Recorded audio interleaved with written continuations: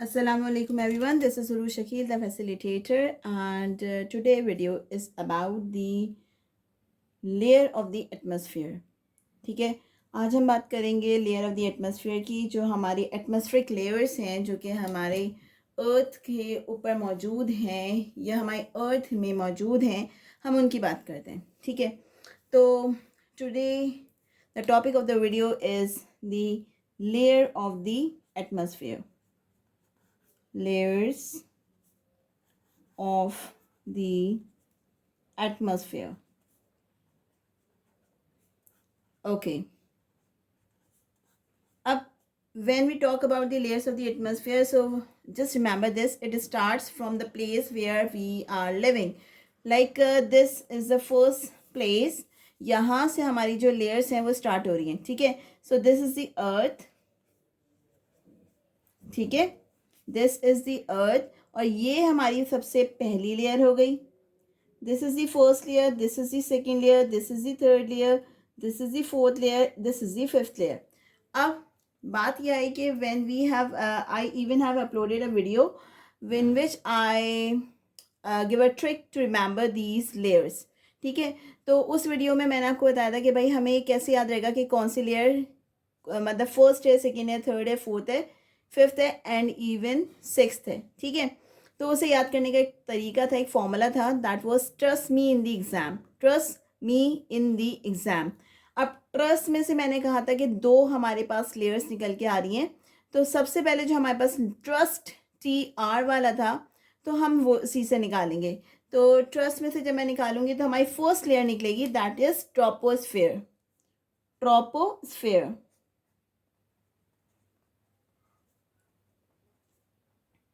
Okay, so now let's talk about this troposphere. First thing, this is a place where we are living.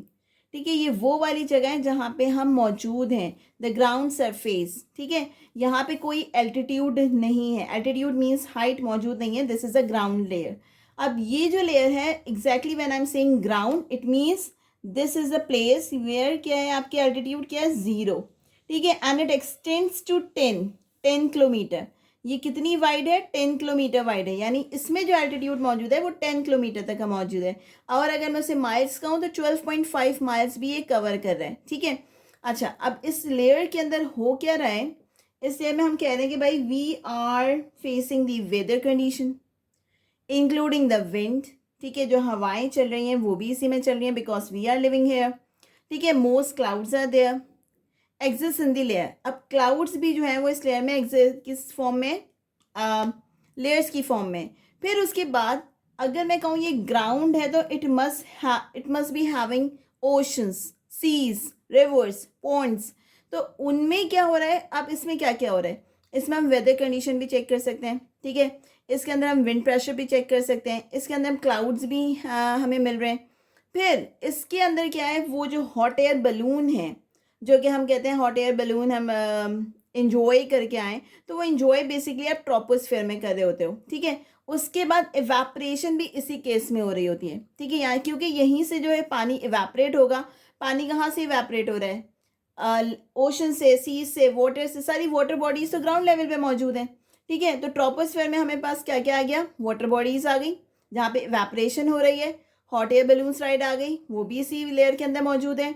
फिर हमारे पास weather condition भी हम इसमें check कर रहे हैं, विंड प्रेशर भी चेक कर रहे हैं, और different layers of the clouds भी इसी में मौजूद हैं. This is a first layer. Trust का जो पहला हिस्सा था, ट्रस्ट TR, उसमें से हमने निकाला ट्रोपोस्फेयर. ठीक है, फिर हमारे पास ट्रस्ट का TRUST. अब हम ST से निकालेंगे. ठीक है, तो ST से जब मैं निकालूंगी तो मेरे पास सेकेंड लेयर आएगी, stratosphere. Stratosphere.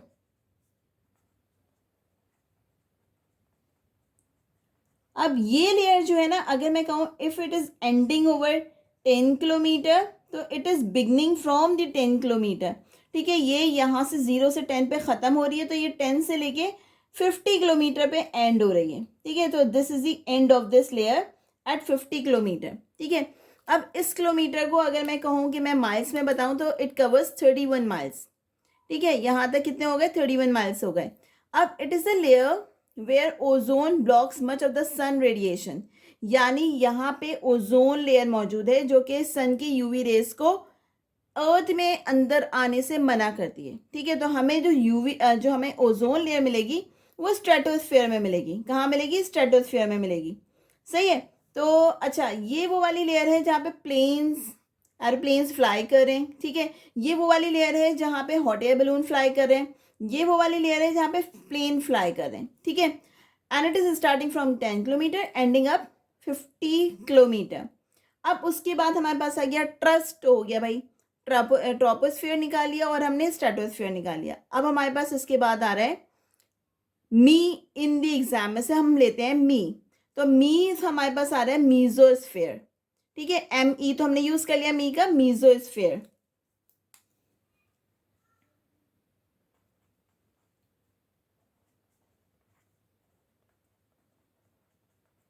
Now this layer starting from 10 kilometre and ending up to 85 kilometre. तो इसकी रेंज क्या हो गई? 85 किलोमीटर।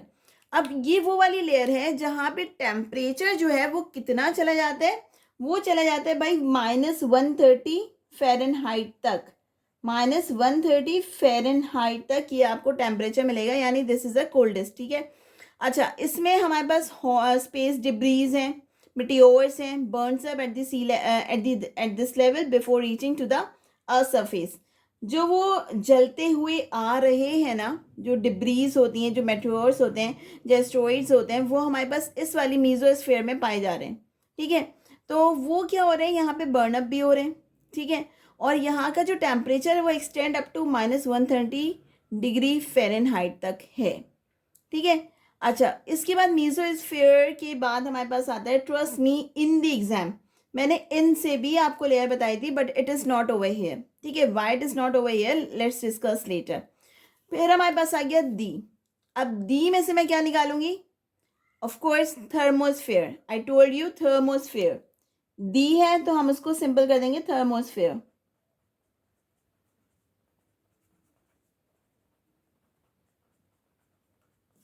अब थर्मोस्फीयर में हमारे पास क्या आ रहा है भाई? First thing, it is starting from 85 kilometre and ending up to 600 kilometre. ये कितनी है वाइट? 600 किलोमीटर तक जा रही है, जिसको अगर मैं माइल्स में करूँ तो भाई इट कवर्स 300 माइल्स। ठीक है, उसके बाद the camera line which marks the boundary between the earth and the outer space. This is a layer जो कि अर्थ और आउटर स्पेस के बीच में मौजूद है। ठीक है, लाइक अ बॉर्डर। ठीक है, हम कहते हैं ना बॉर्डर है, बाउंड्री है, तो वो बाउंड्री जो है ना स्पेस और अर्थ के बीच में, वो थर्मोस्फेयर है। ठीक है, अब इसका जो टेम्परेचर है 5000 डिग्री फ़ारेनहाइट तक जाता है, या -130 डिग्री फ़ारेनहाइट तक था। Thermosphere, thermal means energy, heat. ठीक है, तो यहाँ पे तो गर्मी होगी, तो इसका टेम्परेचर हमारे पास जा रहा है 5000 डिग्री फ़ारेनहाइट। अब ऐसा क्या रीज़न है that its temperature reaches to 5000 degree Fahrenheit?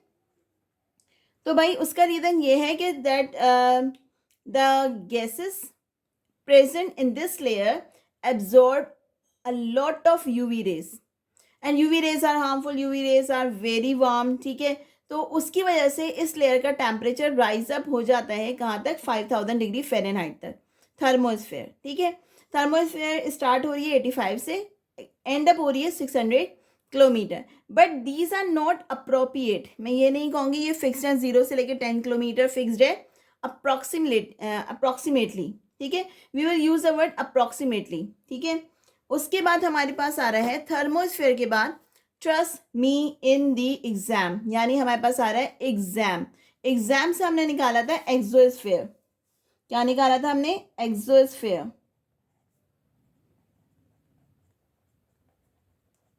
अब एक्सोस्फेयर जो है बेसिकली वो स्टार्ट तो हो रहा है 600 किलोमीटर से, लेकिन एंड अप नहीं हो रहा है।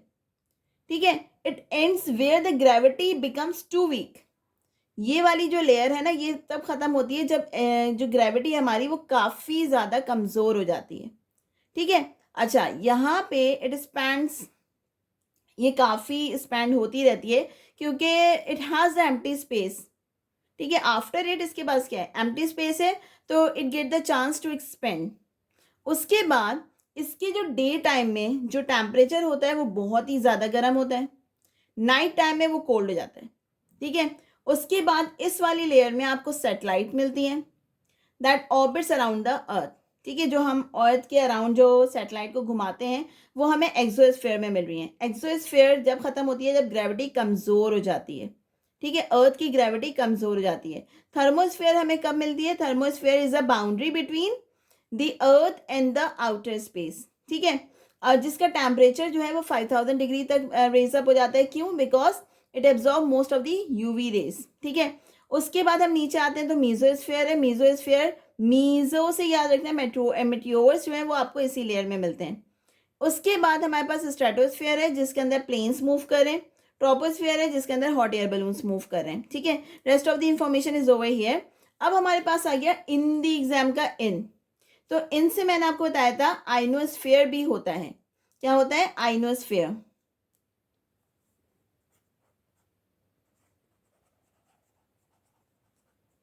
Ionosphere basically a layer which reflects the radio waves, ठीक है। ये क्या कर रही होती है? ये रेडियो वेव्स को रिफ्लेक्ट कर रही होती है, सिंपल।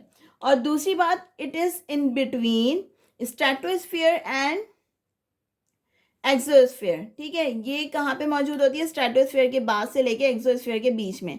तो आइनोस्फीयर कम्स ओवर हियर, ठीक है। तो troposphere, stratosphere, mesosphere, thermosphere and exosphere. So these are the layers of the atmosphere. Hope you have understood. If you have any query you may ask.